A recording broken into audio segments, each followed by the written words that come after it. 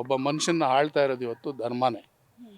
ಯಾವಾಗ ಆ ಧರ್ಮ ಆಳುತ್ತೆ, ಆ ಧರ್ಮದವ್ರು ಏನು ಹೇಳ್ತಾರೆ ಅದನ್ನು ಕೇಳ್ತಾರೆ ಬಿಟ್ಟರೆ ಅಪ್ಪ ಅಮ್ಮ ಹೇಳಿದ್ ಕೇಳಲ್ಲ, ಸಮಾಜ ಹೇಳಿದ್ ಕೇಳಲ್ಲ. ಎಸ್ಪೆಷಲಿ ನಮ್ಮ ರಾಜ್ಯದಲ್ಲಿ ಇತ್ತೀಚೆಗೆ ಕಾನೂನು ಸುವ್ಯವಸ್ಥೆ ಅಂದರೆ ಅದು ಎಲ್ಲಿ ಸಿಗುತ್ತೆ, ಕೆ ಜಿಗೆ ಎಷ್ಟು ಅನ್ನೋ ಮಟ್ಟದಲ್ಲಿ ಕೇಳೋಕ್ಕೆ ನಮ್ಮ ರಾಜಕಾರಣಿಗಳು ರೆಡಿ ಇದೆ. ಸರ್ಕಾರ ನಮ್ಮದು.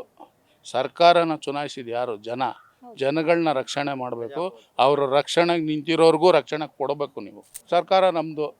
ಸರ್ಕಾರನ ಚುನಾಯಿಸಿದ ಯಾರು? ಜನಗಳನ್ನ ರಕ್ಷಣೆ ಮಾಡಬೇಕು. ಅವರ ರಕ್ಷಣೆಗೆ ನಿಂತಿರೋರ್ಗೂ ರಕ್ಷಣೆ ಕೊಡಬೇಕು ನೀವು. ಸರ್, ಮೈಸೂರು ಉದಯಗಿರಿಯಲ್ಲಿ ನಡೆದಂತಹ ಘಟನೆ ಅಂದ್ರೆ ರಕ್ಷಣೆ ಮಾಡೋರಿಗೆ ಇವಾಗಿನ ಇದರಲ್ಲಿ ರಕ್ಷಣೆ ಇಲ್ಲದಂತ ಆಗಿದೆ. ಸೊ ಏನು ಹೇಳ್ತೀರಾ ಇದ್ರ ಬಗ್ಗೆ? ನಮ್ಮಲ್ಲಿ ಎಲ್ಲಿವರೆಗೂ ರಾಜಕೀಯದಲ್ಲಿ ಧರ್ಮ ಬೆಳೆಸ್ತಾರೆ, ಆಡಳಿತದಲ್ಲಿ ಧರ್ಮ ಬೆರೆಸ್ತಾರೆ, ಅಲ್ಲಿವರೆಗೂ ಇದು ಉದ್ಧಾರ ಆಗಲ್ಲ. ಯಾರೋ ಕಿಡಿಗೇಡಿಗಳು ಮಾಡೋದಕ್ಕೆ ಒಂದು ಸಮುದಾಯನ ಎತ್ಕಟ್ತಾ ಇದ್ದಾರೆ. ಅದ್ರ ಹಿಂದೆ ನಮ್ಮ ಪೊಲಿಟಿಷಿಯನ್ಸ್ ಇದ್ದಾರೆ ಓಪನ್ ಆಗಿ. ಮತ್ತು ಪೊಲೀಸ್ನವ್ರನ್ನ ಕೈ ಕಟ್ಟಾಕಿರ್ತಾರೆ, ಏನು ಮಾಡಬೇಡಿ ನೀವು. ನಮ್ಮ ಮಾನ್ಯ DCM ಅವರು ಹೇಳಿದ್ರು, ಅವರೆಲ್ಲ ಚಿಕ್ಕ ಮಕ್ಕಳನ್ನ ಈ ವಯಸ್ಸಲ್ಲೇ ಅವ್ರನ್ನ ಪ್ರವೋಕ್ ಮಾಡ್ತಾ ಇದ್ದರೆ ಮುಂದೆ ಅವರು ಸಮಾಜಘಾತಕ ಶಕ್ತಿಗಳಾಗಿ ಬೆಳೆಯೋದ್ರಲ್ಲಿ ಅನುಮಾನನೇ ಇಲ್ಲ. ಕರೆಕ್ಟಾ? ಈ ವಯಸ್ಸಲ್ಲೇ ಅವರು ಈ ಥರ ವಯಲೆಂಟಾಗಿ ಬಿಹೇವ್ ಮಾಡ್ತಾರೆ ಅಂದರೆ ನೀವು ಮುಂದೆ ಹೋಗ್ತಾ ನಿಮಗೆ ಯಾವ ಥರ ನಿಮ್ಮ ಮನಸ್ಥಿತಿಗಳು ಬದಲಾಗ್ಬೋದು, ಯಾವ ಥರ ನೀವು ಜನಗಳ ಮೇಲೆ, ಒಂದು ಸಮುದಾಯದ ಮೇಲೆ ಅಥವಾ ಇನ್ನೊಂದು ಎಕ್ಸೆಟ್ರಾ ಅಂತ ಏನು ಕರಿತೀವಿ ಅದರ ಮೇಲೆ ಯಾವ ಥರ ದ್ವೇಷ ಬೆಳೆಯುತ್ತೆ. ಅವಾಗ ನೀವು ನಿಮ್ಮ ತಂದೆ ತಾಯಿ ಗೌರವ ಕೊಡಲ್ಲ, ನಿಮ್ಮ ದೇಶಕ್ಕೆ ಗೌರವ ಕೊಡಲ್ಲ, ನಿಮ್ಮ ಗುರುಗಳಿಗೆ ಗೌರವ ಕೊಡಲ್ಲ, ಮತ್ತು ನಿಮ್ಮ ಸಮಾಜಕ್ಕೆ ಗೌರವ ಕೊಡಲ್ಲ. ಇಷ್ಟು ಆಗೋಗ್ಬಿಟ್ಟ ಮೇಲೆ ಅವನು ಎಲ್ಲೋಗ್ತಾರೆ, ಏನು ಮಾಡ್ತಾರೆ ಗೊತ್ತಿಲ್ಲ. ಕರೆಕ್ಟಾ? ಆ ಮನಸ್ಥಿತಿಗೆ ಎಲ್ಲ ತಲುಪಿ ಈ ಮಟ್ಟಕ್ಕೆ ಬಂದಿರ್ತಾರೆ ಅವರು. ಇಲ್ಲಾಂದರೆ ಈ ಥರದ್ದು ಘಟನೆಗಳು ಆಗೋದೇ ಇಲ್ಲ. ಮತ್ತು ಅವ್ರ ತಂದೆ ತಾಯಿಗಳು ಅಷ್ಟೇ, ಅವ್ರನ್ನ ಕರೆಕ್ಟಾಗಿ ಟ್ರೀಟ್ ಮಾಡಬೇಕು, ಬೆಳೆಸಬೇಕು. ಒಳ್ಳೆ ದಾರಿನಲ್ಲಿ ಹೋಗಪ್ಪ ನೀನು, ಈ ಥರ ಮಾಡಬಾರ್ದು ಅನ್ನೋದನ್ನು ತಂದೆ ತಾಯಿಗಳು ಹೇಳಬೇಕು. ಗುರುಗಳು ಹೇಳ್ಕೊಡ್ತಾರೆ ಸ್ಕೂಲಲ್ಲಿ, ಆದರೆ ಇವರು ಕೇಳೋ ಮಟ್ಟದಲ್ಲಿರಲ್ಲ. ಯಾಕಂದರೆ ಇಲ್ಲಿ ಧರ್ಮ ಇದನ್ನು ಆಳ್ತಾ ಇದೆ. ಒಬ್ಬ ಮನುಷ್ಯನ ಆಳ್ತಾ ಇರೋದು ಇವತ್ತು ಧರ್ಮನೇ. ಯಾವಾಗ ಆ ಧರ್ಮ ಆಳುತ್ತೆ, ಆ ಧರ್ಮದವ್ರು ಏನು ಹೇಳ್ತಾರೆ ಅದನ್ನು ಕೇಳ್ತಾರೆ ಬಿಟ್ಟರೆ ಅಪ್ಪ ಅಮ್ಮ ಹೇಳಿದ್ ಕೇಳಲ್ಲ, ಸಮಾಜ ಹೇಳಿದ್ ಕೇಳಲ್ಲ, ಗುರುಗಳು ಹೇಳಿದ್ ಕೇಳಲ್ಲ, ಅಥವಾ ಸ್ನೇಹಿತರು ಹೇಳಿದ್ ಕೇಳಲ್ಲ.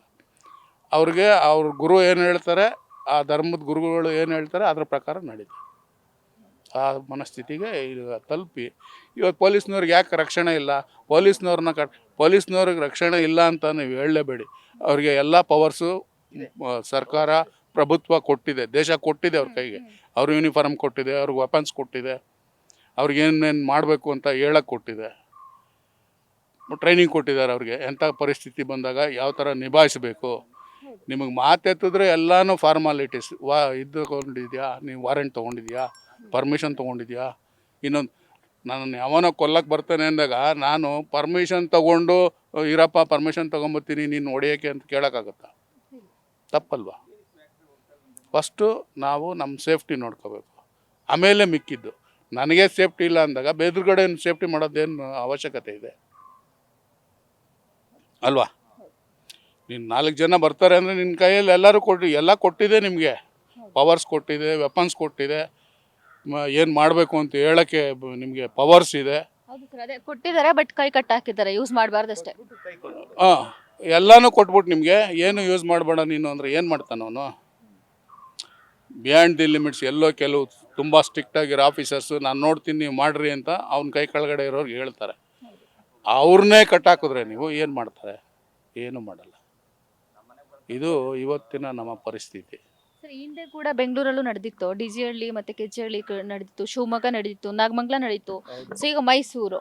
ಸೊ ಇವಾಗ ರಕ್ಷಣೆ ಮಾಡೋರಿಗೆ ರಕ್ಷಣೆ ಇಲ್ಲದೆ ಇರೋ ಥರ ಈ ಥರ ಆಗ್ತಾ ಇದೆ. ಸೊ ಎಲ್ಲಿಗೆ ತಲುಪ್ತಾ ಇದೆ ಕಾನೂನು ಸುವ್ಯವಸ್ಥೆ ಅಂತ ಹೇಳಿ? ನಮ್ಮ ಎಸ್ಪೆಷಲಿ ನಮ್ಮ ರಾಜ್ಯದಲ್ಲಿ ಇತ್ತೀಚೆಗೆ ಕಾನೂನು ಸುವ್ಯವಸ್ಥೆ ಅಂದರೆ ಅದು ಎಲ್ಲಿ ಸಿಗುತ್ತೆ, ಕೆ ಜಿಗೆ ಎಷ್ಟು ಅನ್ನೋ ಮಟ್ಟದಲ್ಲಿ ಕೇಳೋಕ್ಕೆ ನಮ್ಮ ರಾಜಕಾರಣಿಗಳು ರೆಡಿ ಇದೆ. ಆ ಸ್ಟೇಜಿಗೆ ಬಂದ್ಬಿಟ್ಟಿದ್ದಾರೆ. ನಾನೇನೋ ಕೆಲಸ ಮಾಡಬೇಕು ಅಂತ ಬಂದಿರ್ತೀನಲ್ವ ಅಧಿಕಾರಿ, ನಾನು ಕೆಲಸ ಮಾಡೋದಕ್ಕೆ ನನ್ನನ್ನು ಬಿಡಲ್ಲ. ನಾನು ಹೇಳ್ದಂಗೆ ಕೇಳ್ಕೊಂಡಿದ್ರೆ ನೀನು ಸೇಫು ಅಂತಾರೆ. ಆ ಪರಿಸ್ಥಿತಿಗೆ ತಂದುಬಿಟ್ಟಿದ್ದಾರೆ. ಅಲ್ಲಿವರೆಗೂ ಆ ಮಟ್ಟದವರೆಗೂ ಬಂದ್ಬಿಟ್ಟಿದೆ. ಏನು ಅಂದರೆ ಸರ್ಕಾರ ನಮ್ಮದು, ಸರ್ಕಾರನ ಚುನಾಯಿಸಿದ ಯಾರು? ಜನಗಳನ್ನ ರಕ್ಷಣೆ ಮಾಡಬೇಕು. ಅವ್ರ ರಕ್ಷಣೆಗೆ ನಿಂತಿರೋರ್ಗೂ ರಕ್ಷಣೆ ಕೊಡಬೇಕು. ನೀವು ಅವ್ರ ಕೈ ಕಟ್ಟಾಕ್ಬಾರ್ದು. ನೀವು ಯಾರನ್ನಾರು ಅರೆಸ್ಟ್ ಮಾಡಿದ ತಕ್ಷಣನೇ ಹಿಂದೆ ಫೋನ್ ಬರುತ್ತೆ ಸ್ಟೇಷನ್ಗೆ, ಯಾಕ್ರಿ ಅವ್ರನ್ನ ಅರೆಸ್ಟ್ ಮಾಡಿದ್ರೆ ಅಂತ ಬಿಟ್ಬಿಡಿ. ಯಾಕೆ ಬಿಡಬೇಕು? ಕಾನೂನು ಪ್ರಕಾರ ಏನಿದೆ ಆ ಸ್ಟೆಪ್ಸ್ ತಗೊಳ್ಳಿ. ನಾವು ನಿಮ್ಮನ್ನು ದೂರ್ತಾ ಇಲ್ಲ, ನಿಮ್ಗೆ ವಿಷಯ ತಿಳಿಸ್ತಾ ಇದ್ದೀವಿ. ಈ ಥರ ಇದೆ, ನೀವು ಯಾಕೆ ಸುಮ್ಮನೆ ಇದ್ದೀರಾ? ದಯವಿಟ್ಟು ಅದ್ರ ಬಗ್ಗೆ ಕ್ರಮ ತಗೊಳ್ಳಿ. ಜನಗಳ ರಕ್ಷಣೆನೇ ನಿಮ್ಮ ಗುರಿ. ಸೊ ಅದ್ರ ರಕ್ಷಣೆಗೆ ಬರೋರ್ಗೂ ನೀವು ರಕ್ಷಣೆ ಕೊಡಬೇಕು, ಜನಗಳಿಗೂ ರಕ್ಷಣೆ ಕೊಡಬೇಕು. ಹಂಗಿದ್ರೆ ಮಾತ್ರ ಸಮಾಜ ಅನ್ನೋದು ಮುಂದಕ್ಕೆ ಹೋಗುತ್ತೆ. ಇಲ್ಲಾಂದರೆ ನಾವು 100 years ಹಿಂದಕ್ಕೆ ಹೋಗ್ಬಿಡ್ತೀವಿ. ಸರ್, ಇವಾಗ ಗಲಾಟೆ ನಡೆದು 48 ಗಂಟೆಗಳ ಕಾಲ ಆದರೂ ಕೂಡ ಇನ್ನೂ ಕೂಡ ಅರೆಸ್ಟ್ ಮಾಡಿಲ್ಲ. ಗಲಾಟೆ ಆಗಿ ಅದೇ ಹೇಳಿದ್ನಲ್ಲ, ನಾವು ಪೊಲೀಸ್ನವ್ರನ್ನ ಕೇಳಿದ್ರೆ ಏನಂತಾರೆ, ನಾವು ಅವ್ರನ್ನೆಲ್ಲ ಹುಡುಕ್ತಾ ಇದ್ದೀವಿ, ಅವರೆಲ್ಲ ತಪ್ಪಿಸ್ಕೊಂಬಿಟ್ಟಿದ್ದಾರೆ, ಟ್ರೇಸ್ ಔಟ್ ಮಾಡಿ ಅವ್ರನ್ನ ಶೀಘ್ರದಲ್ಲಿ ಬಂಧಿಸ್ತೀವಿ. ಇದು ಜಸ್ಟ್ ಸ್ಟೇಟ್ಮೆಂಟ್ಗಳು ಕೊಡ್ತಾ ಇದ್ದಾರೆ ಅಷ್ಟೇ. ಬಂಧಿಸ್ತಾರಾ ಇಲ್ವಾ ನಾವೇನು ದಿನ ಹೋಗಿ ನೋಡಲ್ಲ. ನಾವೆಲ್ಲ ಪೇಪರಲ್ಲಿ ಬರುತ್ತೆ, ನ್ಯೂಸು ಓದ್ಕೋತೀವಿ, ಇದು ಮಾಡ್ತೀವಿ. ಈ ಒಂದು ಇಂಗ್ಲೀಷಲ್ಲಿ ಒಂದು problem, public memory is two less ಅಂತ. ನಾವಿವತ್ತು ಬಿಸಿನಲ್ಲಿ ಅಲ್ಲಿ ಗಲಾಟೆ ಆಯ್ತಂತೆ ಉದಯಗಿರಿಯಲ್ಲಿ, ಹಂಗೆ ಹಿಂಗೆ ಒಂದು 3 ದಿನ ಬಿಡಿ ಮರ್ತೋಗ್ತೀವಿ. ಅದನ್ನೇ ನಮ್ಮ ಬ್ಯೂರೋಕ್ರಾಟ್ಸ್ ಅಂತ ಏನು ಕರಿತೀವಿ, ಆಡಳಿತಗಾರರು ನಮ್ಮನ್ನು ಆಳ್ತಾ ಇದ್ದಾರೆ ಅಂತ ಏನು ಕರಿತೀವಿ, ರಾಜ್ಯನ ಆಳ್ತಾ ಇದ್ದಾರೆ, ದೇಶನ, ಅವ್ರಿಗೆಲ್ಲ ಏನು ಅಂದರೆ ಪಬ್ಲಿಕ್ ಮೆಮೊರಿ ಇಸ್ ಶಾರ್ಟ್.